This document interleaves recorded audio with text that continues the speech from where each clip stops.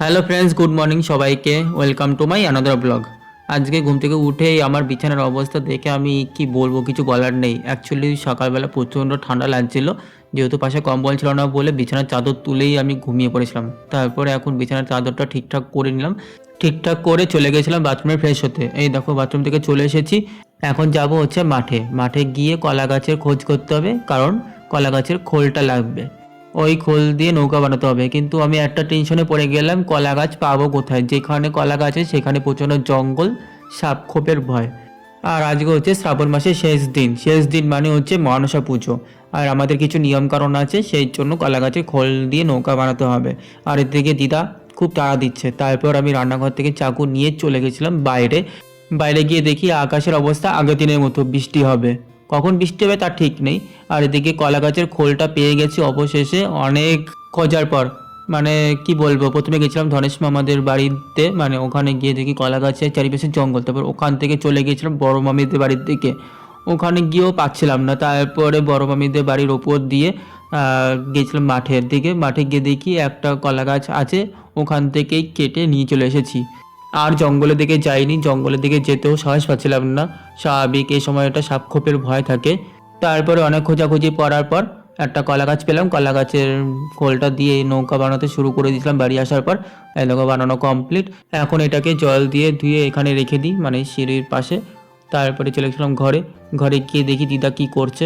গিয়ে দেখি দিদা স্নান করে পুজো দিয়ে কমপ্লিট করে দিয়েছে। আর এদিকে মানে নদীতে কি কি নিয়ে যাবে সেই যেগুলো আমি জোগাড় করে নিলাম, মানে ফুল, বেলপাতা, ধূপকাঠি, মোমবাতি, দুধ, কলা, সব এগুলো নিয়ে নিয়েছি। আর এই দেখো দিদার পুজো দেওয়া কমপ্লিট। পুজো দেওয়া কমপ্লিট করার পর আমিও এবার দিদাকে বললাম চল এবার বেরোই। আমরা যেই বেরোতে যাব অমনি বৃষ্টি নামতে শুরু করে দিয়েছে। প্রায় ঘন্টা ঘন্টা ওয়েট করার পর বৃষ্টিটা কমলো। আর এদিকে দিদা আগে আগে চলে গেছে ছাতা মাথায় দিয়ে, মানে নদীতে। দিদাই আর কি বলছিল হাঁটতে হাঁটতে আমি আগে আগে চলে যাই, তুই পরে আয়। তারপরে আমি বৃষ্টি কমলেও পরে তারপরে আমিও বেরোলাম। দিদা তো ছাতা মাথা দিয়ে চলে গেছে, আর আমিও এবার বেরোলাম বৃষ্টি কমার পর।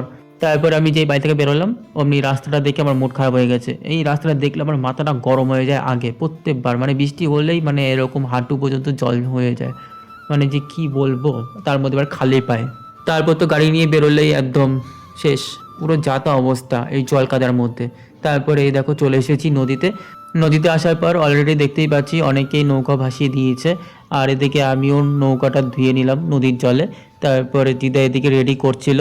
আর এদিকে পাশের বাড়ি থেকে সুমনদারা এসেছিল, মানে সুমনদাদের বাড়িতে বড় করে মনসা পূজা হয়, তাই ওরা কিছু নিয়ম কানুনের জন্য নদীর ঘাটে এসেছিল। আর সুমনদার বাবা আমাদের এই বাড়িতে এসে নিমন্ত্রণ করে গেছিল পুজোতে যাওয়ার জন্য। আমি তো যাব না, দিদা যাবে হয়তো বিকেলবেলা।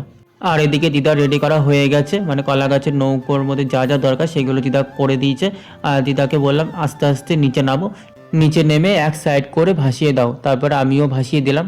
ভাসিয়ে দেওয়ার পর আমিও উঠে পড়লাম, আর আমারও হয়ে গেছে। এবার বাড়ি পথে যাব। আর এদিকে সুমন দাদের এখনও নিয়মকানুন চলছে। এই দেখো সুমন দাদের বাড়ি থেকে সবাই এসেছে, আর আমার হাতে ছিল দুটো মোমবাতি।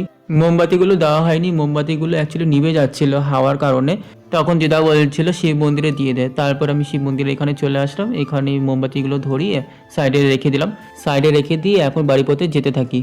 আর দিদাকে বলছিলাম এবার আস্তে আস্তে চলো, অত তাড়াহুড়া করতে হবে না, সব কাজ মিটাই গেছে, এবার আস্তে আস্তে বাড়ির দিকে চলো। তার কিছুক্ষণ পর বাড়ি চলে আসলাম। চলো এখনকার জন্য রাখছি, দেখা হচ্ছে একটু বাদে। টাটা সবাইকে, আর জয় মা মনসা।